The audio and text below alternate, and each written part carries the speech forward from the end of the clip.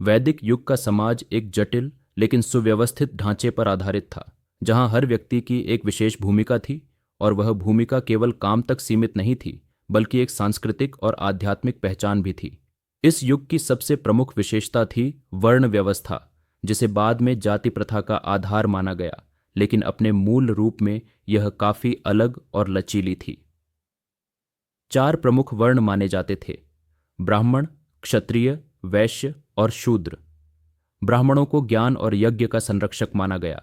वे वेदों का अध्ययन करते थे, मंत्रों का उच्चारण करते थे और समाज को नैतिक दिशा देने का कार्य करते थे। क्षत्रिय राजा, योद्धा और रक्षक थे। वे राज्य चलाते थे, युद्ध करते थे और समाज में कानून व्यवस्था बनाए रखते थे। वैश्य वह वर्ग था जो व्यापार, कृषि और पशुपालन करता था। वे आर्थिक रीढ़ की हड्डी थे और समाज को संसाधनों से भरपूर बनाते थे। शूद्रों का कार्य सेवा करना माना गया। वे कारीगर, श्रमिक और वे लोग थे जो बाकी तीनों वर्णों के काम को सुचारू रूप से चलाते थे। लेकिन यह ध्यान रखना जरूरी है कि प्रारंभिक वैदिक युग में यह व्यवस्था जन्म आधारित नहीं थी, बल्कि कर्म और गुण पर आधारित मानी जाती थी। ऋग्वेद में वर्णों की व्याख्या पुरुष सूक्त में मिलती है, जहां समाज को एक मानव शरीर के रूप में देखा गया है। ब्राह्मण मुख हैं, क्षत्रिय भुजाएं, वैश्य जंघा और शूद्र पांव। यह एकता और विविधता का दृष्टिकोण था, जहां सभी अंग जरूरी थे, कोई भी छोटा बड़ा नहीं था। यह व्यवस्था समाज को स्थिरता देने के लिए थी, न कि किसी को नीचा दिखाने के लिए। वैदिक समाज में परिवार का बड़ा महत्व था।